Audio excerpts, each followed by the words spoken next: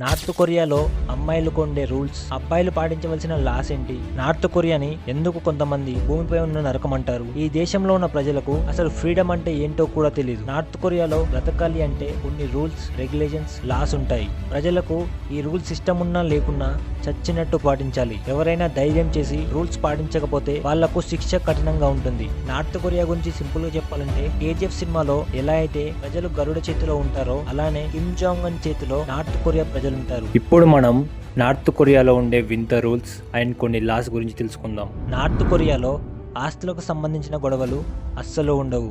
ఎందుకంటే ఆ దేశంలో భూములు, ఇల్లులు అన్ని గవర్నమెంట్ ఆధీనంలోనే ఉంటాయి. అక్కడ ఉన్న ఇల్లులు, భూములు ఎవరికి ఇవ్వాలో అన్ని గవర్నమెంట్ డిసైడ్ చేస్తుంది. నార్త్ కొరియాలోని ప్రజలను ఎక్కడ ఎవరిని ఉంచాలో అన్ని గవర్నమెంట్ మాత్రమే డిసైడ్ చేస్తుంది. నార్త్ కొరియాలో వేరే దేశాలకు సంబంధించిన సినిమాలు, సాంగ్స్ లాంటివి ఏమీ చూడవద్దు. ఇవి నార్త్ కొరియాలో బ్యాన్. ఒకవేళ ఇవి చూస్తూ దొరికిపోతే జైల్లో వేస్తారు, లేదంటే లేబర్ క్యాంప్ లో వేస్తారు.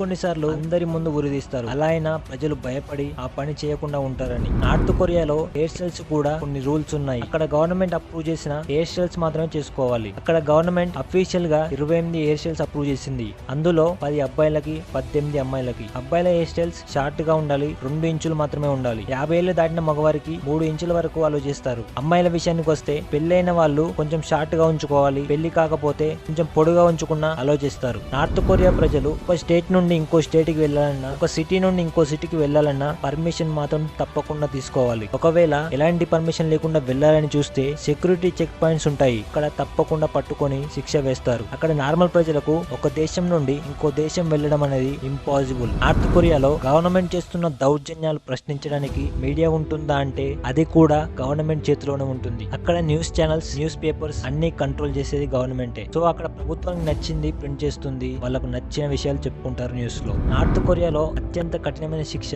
3 జనరేషన్ పనిష్మెంట్. ఎవరైతే గవర్నమెంట్ కి ఎదురు తిరిగి వ్యతిరేకంగా ఉండి గవర్నమెంట్ ని ప్రశ్నిస్తారో, ఫ్రీడమ్ కోసం ఎవరైతే పోరాటం చేస్తారో వాళ్లకు మాత్రమే శిక్ష పడకుండా వాళ్ళ ఫ్యామిలీ మొత్తం 3 జనరేషన్స్ ని తీసుకెళ్లి జైల్లో వేస్తారు. నార్త్ కొరియా ప్రజలు తప్పకుండా మిలిటరీలో జాయిన్ అయ్యి సర్వీస్ చేయాలి. ఎందుకంటే అలా అయినా దేశం మీద గౌరవం, లాయల్టీ వస్తుందని. అబ్బాయిలైతే 10 నుండి 13 సంవత్సరాలు, అమ్మాయిలైతే 7 సంవత్సరాలు మిలిటరీ సర్వీస్ చేయాలి.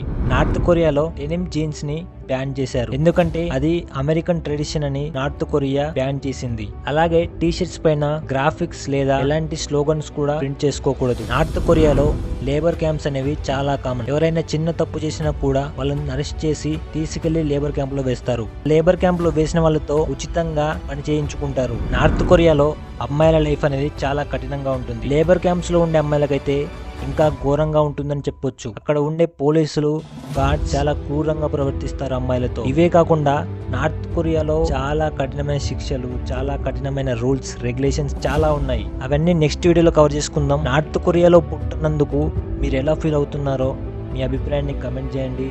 వీలైతే సబ్స్క్రైబ్ చేసుకొని సపోర్ట్ చేయండి.